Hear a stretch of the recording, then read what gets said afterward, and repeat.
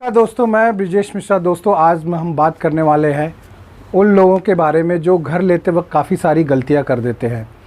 दोस्तों, घर हमारे जीवन में एक बहुत बड़ा महत्व रखता है। अगर हमारे पास घर हो तो हमारे जीवन की 50% प्रॉब्लम सॉल्व हो जाती है। दोस्तों, बात करते हैं उन पहले कैटेगरी वालों के बारे में जिनके पास घर होता है और वो नया घर लेना चाहते हैं, नए इन्वेस्टमेंट करना चाहते हैं। ऐसे लोग अगर सेविंग किए हुए हैं और उनकी इनकम अच्छी खासी है तो वो एक नया घर ले सकते हैं। इसमें भी उनको एक बात ध्यान रखना चाहिए कि उनको जो पोजीशन है वो 1 साल के अंदर लेनी चाहिए।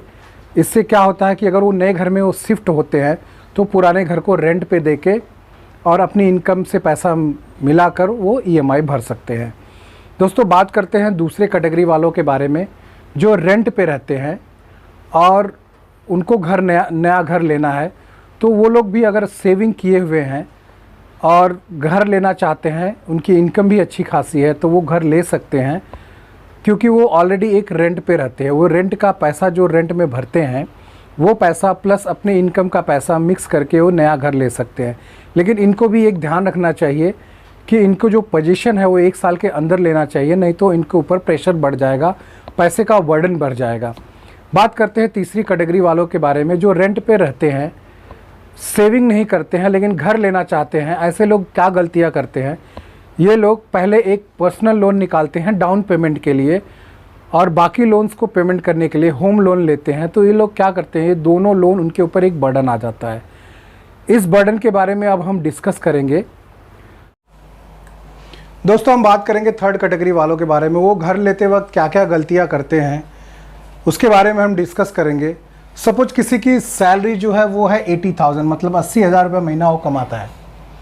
वो घर लेने वाला है, घर की कीमत जो है वो 50 लाख रुपए है और उनको डाउन पेमेंट जब करना पड़ेगा तो 20% जो है डाउन पेमेंट करना पड़ेगा, जब क्योंकि इसका रजिस्ट्रेशन वगैरह का खर्चा उसमें जाता है। तो डाउन पेमेंट करने के लिए वो 10 लाख रुपए का क्या करते हैं कि पर्सनल लोन मार लेते हैं, PL मार लेते हैं 10 लाख रुपए का, जिसकी EMI आती है 25,000 रुपये। महीने का 25,000 रुपये इनकी EMI आ जाती है। फिर इसके बाद क्या करते हैं, जो इनका बैलेंस पेमेंट रहता है 40 लाख रुपीज़, उसका वो होम लोन मारते हैं। होम लोन मारने के लिए होम लोन मार लेते हैं। फिर उससे क्या होता है कि इनकी जो 10 या 15 साल के लिए होम लोन लेते हैं, जिसकी EMI आती है करीब करीब 30 से 35,000, हम 35,000 रुपये पकड़ते हैं इसको, 35,000 रुपया महीना। अब ये ऑलरेडी रेंट पे रहते हैं। अब इनका जो रेंट होगा वो रेंट करीब करीब 15,000 रुपया होगा, क्योंकि ये रेंट पे ऑलरेडी रहते ही हैं। अब इनका रेंट पे 15,000 रुपया महीना इनका रेंट हो गया। अब इसको हम जोड़ लेते हैं। इनका जो टोटल खर्च महीने का आएगा 35 + 25 तो 60, 60 + 15 हो गया 75। सोचो, ये महीने का 75,000 रुपया खर्चा करते हैं और इनको बचता कितना है, 5,000 रुपया महीना। अभी 5,000 रुपया महीने में घर कैसे चलाएंगे? यही सब गलतियां करते हैं। ये सब गलती करने की वजह से ये फंस जाते हैं। बाय चांस सपोज अगर 5,000 में ये घर चला भी लेते हैं, किसी महीने में ये अगर बीमार पड़ गए तो फिर ये भी गया काम से। अब ये इतनी बड़ी बड़ी गलतियां करते हैं और ये काम सिर्फ रेंट वाले नहीं, जिनके पास ऑलरेडी घर भी होता है वो भी ये काम कर लेते हैं।